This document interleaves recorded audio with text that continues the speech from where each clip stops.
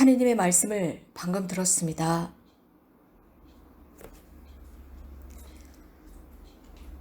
여기서 베드로가 예수님께 청하는 모습을 보여줍니다. 몇 번이나 형제를 용서해 주어야 합니까? 여기서 예수님께서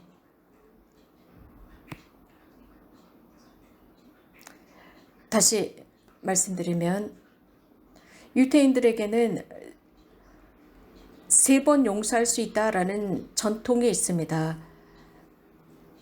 그런데 베드로는 훨씬 더 관대한 사람으로 보여지기 위해서 7번 용서해주면 되겠습니까? 즉 2배로 용서해주면 되겠습니까? 라고 여쭤보았더니 7번이 아니라 77번 용서를 해주어라 라고 했습니다. 즉 계속 지속적으로 용서하라 라는 뜻이었습니다. 형제자매 여러분, 우리도 가장 먼저 우리들 자신을 보아야 하지 않을까 싶습니다. 우리는 날마다 여러 죄들을 짓고 살아갑니다. 여러 가지 많은 것들을 범하면서 살아갑니다. 하지만 우리가 하지 말아야 할 것들을 하고 있습니다. 많은 생각들, 많은 느낌들이 날마다 우리들에게 다가오고 우리는 그것을 하게 됩니다. 그래서 저녁이 되면 양심 성찰을 하게 되고 하나님께 용서를 청합니다. 자, 이 용서라고 하는 것은 임시적인 것이 아닙니다. 우리는 주님 앞에 가서 참으로 용서를 청하는 것입니다. 진실된 마음으로요. 예수님은 바로 이 부분에서부터 시작을 하면서 한 스토리를 말씀해 주십니다. 하느님의 나라가 어떤지 말씀해 주십니다. 하느님의 나라는 언한 임금이 자신의 종과의 관계입니다. 그래서 자신의 종들과 셈을 하려는 어떤 임금에 비길 수 있다라고 했습니다. 그래서 10,000달란트를 빚을 진 사람, 대단한 빚입니다. 엄청난 빚을 진 사람이었습니다. 그 사람은 이 빚을 임금에게 다 갚을 수가 없었습니다. 그러니까 임금은 그 종과 아내와 자식과 그가 가진 모든 것을 다 팔아서 갚으라고 명령을 합니다. 자, 그러자 여기에서 그 종이 어떻게 합니까? 당장 땅에 엎드립니다. 엎드려서 애원합니다. 그래서 조금만 참아달라고 간절히 청합니다. 그래서 조금만 참아주십시오. 갚겠습니다. 사실 10,000달란트라고 하는 것은 도저히 갚을 수 없는 돈입니다. 하지만 그 임금, 그 주인은 너무나도 큰 연민의 정을 갖고 있었습니다. 즉 그와 논쟁하지 않았습니다. 네가 갚을 수 있냐 없냐 라는 논쟁이 아니었습니다. 즉시 그를 빚을 탕감해 줍니다. 즉 즉각적인 동정, 연민을 지니고 있었습니다. 사랑을 지니고 있었습니다. 우리도 한번 생각해 봅시다. 대단히 많은 액수의 빚을 진 사람이 있습니다. 그 사람이 이렇게 조금만 참아주십시오 라고 했을 때 우리도 그렇게 할 수 있을까? 그 주인은 완전히 탕감해 주었습니다. 좋다. 네가 언제까지 이것을 갚아라 라고 하지 않았습니다. 기한을 준 것이 아니라 완벽히 탕감했습니다. 우리도 과연 그럴 수 있을까요? 어쩌면 우리도 이렇습니다. 우리가 고해소에 들어갔습니다. 죄를 지었습니다. 죽을 죄를 지어서 고해성사를 받아야 합니다. 정말 신실하고 통회하는 마음으로 고해성사를 받았습니다. 그리고 나서 우리 마음 깊은 곳에서 기쁨과 평화를 체험합니다. 무엇인가 우리 안에 어떤 행복, 정말 천상에 올라간 것 같은 행복을 느낍니다. 하지만 동시에 이 종처럼 우리도 그런 행복을 즉시 잊어버립니다. 이 종도 자신이 그 임금 앞에서 탕감받은 기쁨이 있었습니다. 대단한 기쁨이었죠. 정말 뛸 듯이 큰 기쁨이었습니다. 그런데 밖에 나오자마자 그는 이러한 기쁨을 잊어버립니다. 행복을 잊어버립니다. 정말 얼마 되지 않은 돈이었습니다. 정말 적은 돈이었습니다. 그런 빚을 진 친구의 목을 움켜쥡니다. 그의 멱살을 잡고 돈을 갚으라고 요구를 합니다. 아주 잔인한 방법이었습니다. 그러면서 제발 조금만 기다려달라고 합니다. 제발 기다려달라고 조금 있으면 갚겠다. 근데 그 말도 들리지 않습니다. 그러면서 아주 분노에 가득 차서 그 친구, 동료를 감옥에 가두어 버립니다.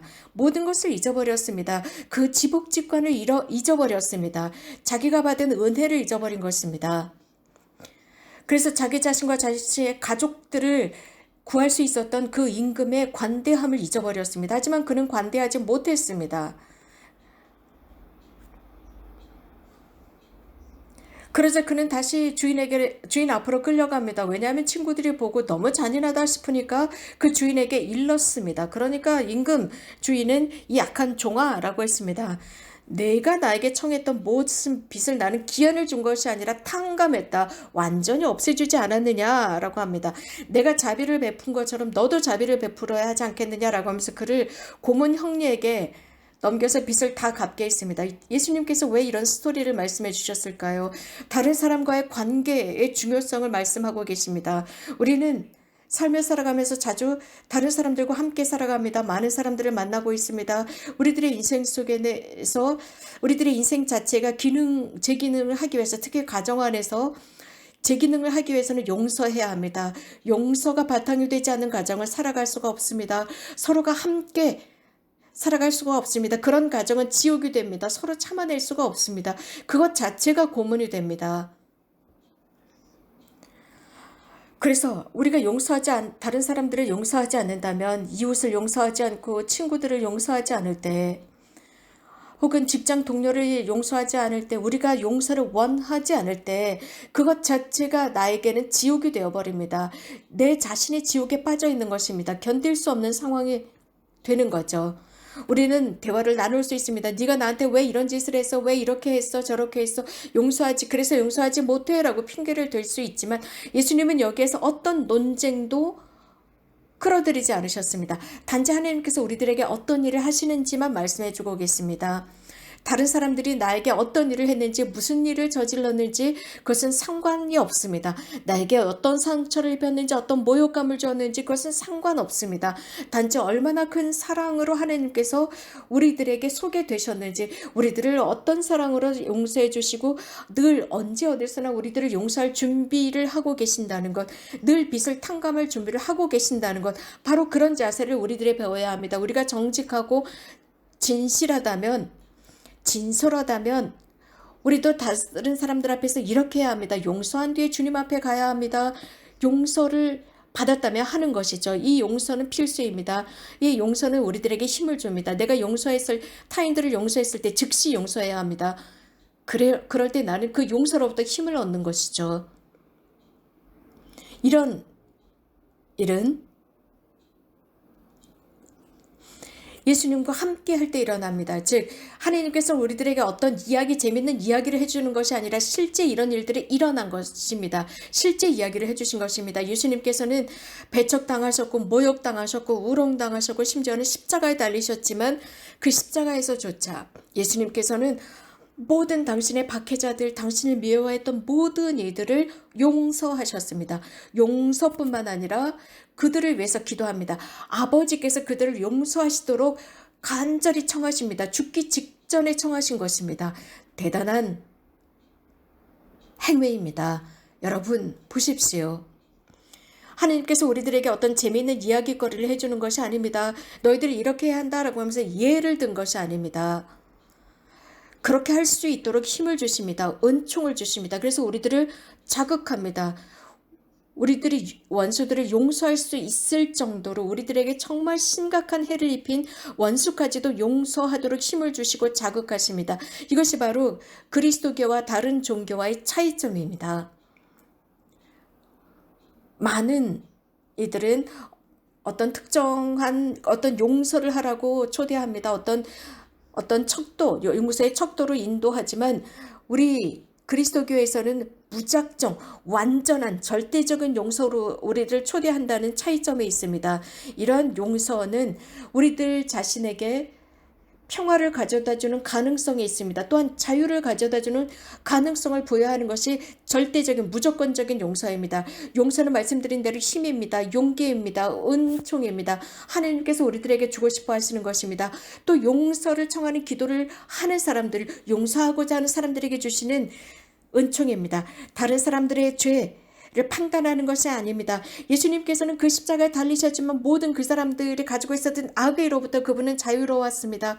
그분은 증오하지 않았습니다. 저주하지 않았습니다. 왜냐하면 용서하셨기 때문에 그분의 마음은 절대적으로 자유로웠습니다. 우리가 증오심 안에 남아있다면 그 증오심 자체가 우리들을 파괴합니다. 우리 자신에게 대단한 해를 입힙니다. 왜냐하면 그렇게 함으로써 악이 우리들 안에 들어와서 우리들 내면을 완전히 산산조각 내버립니다. 하지만 용서라고 하는 것은 우리들에게 자유를 가져다 줍니다. 그래서 우리들 주변, 우리들과 함께 살아가는 사람들을 용서할 때 그 주변에 자유의 분위기를 가져다 주고 평화를 가져다 줍니다. 뿐만 아니라 이렇게 용서할 때 다른 사람들과의 관계가 새롭게 피어나도록 만들어주는 것이 용서입니다. 어쩌면 가끔씩은 이 용서가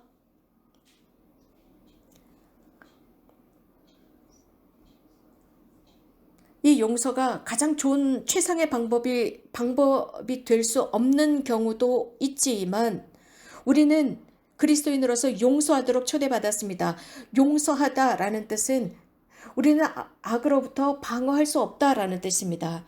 하지만 용서할 때 용서라고 하는 것, 이것은 방어가 아닙니다. 우리는 물론 악으로부터 방어해야 합니다.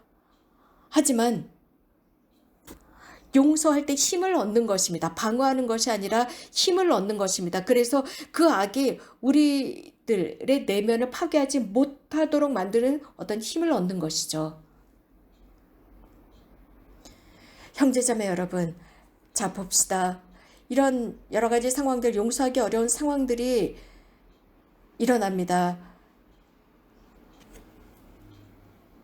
그래서 어떤 자매들이 사제들을 찾아와서 상담을 합니다. 그래서 남편들이 이런저런 불륜을 저지릅니다. 혹은 알코올 중독자가 되거나 혹은 더 이상 술을 마시지 않겠다고 약속을 하면서도 계속 술을 마시는 이런 남편의 악습, 믿는 남편들 문제로 이런 자매들이 사제들을 찾아와서 면담을 합니다. 정말 용서할 수 없다. 용서하기 힘들다. 그 얼굴을 보기조차 싫다. 대화를 한마디도 나누기 싫다라는 이런 어려운 상황들. 이런 상황들 속에서 우리는 어떻게 해야 할까? 용서하다라는 의미는 하나님의 은총 없이는 불가능합니다. 먼저 하나님께 마음을 열어야 합니다. 그리고 하나님께 은총을 주십사, 해결책을 주십사 먼저 청해야 합니다. 이것을 바탕으로 용서할 수 있습니다. 그렇게 할 때 무엇인가 다른 일이 발생합니다. 저는 그런 이야기를 들었습니다. 어떤 사람이 늘 술을 마시고 주정뱅이였습니다. 보스니아의 어떤 곳에 있는 분이었는데 이 남편은 매번 술을 마시고 집으로 저녁마다 돌아왔습니다. 그 아내는 남편이 들어올 때마다, 즉 집으로 돌아오는 것을 볼 때마다 이 아내는 현관문 앞으로 가서 남편을 기다리고 꼭 끌어안습니다. 포옹을 하면서 집 안으로 들어가서 사랑하는 여보, 우리 같이 노래합시다. 우리 같이 기쁘게 노래해요. 라고 하면서 술주정뱅이가 된 남편과 함께 노래를 하는 거예요. 그 다음 날도 똑같습니다. 그 다음 날도 술 취한 남편과 함께 노래를 합니다. 그러자 어느 날인가 남편이 노래를 하고 춤을 춥니다. 어느 날인가 남편이 이제 더 이상 부끄러워서 술을 마실 수가 없었답니다. 그리고 나서는 더 이상 술을 마시지 않고 집으로 돌아가게 되었습니다. 아내의 무조건적인 용서였습니다. 사랑이었습니다. 그 무조건적인 사랑과 무조건적인 사랑이 그 술주정뱅이 남편의 마음을 바꾸어 놓았습니다. 보십시오, 형제자매 여러분. 우리도 바로 이러한 절대적인 사랑과 용서가 필요합니다. 누군가 나에게 이런저런 일을 했어. 그래서 용서할 수 없어가 아니라 하나님께서 나에게 무엇을 하시는지, 하나님께서 나를 용서하시고 사랑하시는 것처럼 나도 행동하는 것입니다. 바로 그런 사랑을 위해서 기도해야 합니다. 내가 이렇게 기도할 때 하나님께서는 그 사랑 안에서 많은 여러 가지 해결책을 주실 것입니다. 그러면서 정확한 해결책을 선택할 수 있겠죠. 그렇지 않는다면, 용서하지 않는다면 악은 내 안에 들어오고 악은 또 다른 악을 끌어들입니다. 더 심각해지는 것입니다. 이 용서라는 부분에서 우리는 용감해야 합니다. 또 용서를 위해서 청해야 합니다. 매번 우리가 고해 성사를 받을 때마다 하나님께서 매번 용서해 주셨다는 것을 기억해야 합니다. 하나님께서 나를 위해서 무엇을 하셨는지 기억하는 것입니다. 그렇게 한다면 우리도 형제들에게 그렇게 행동할 수 있게 됩니다. 아멘.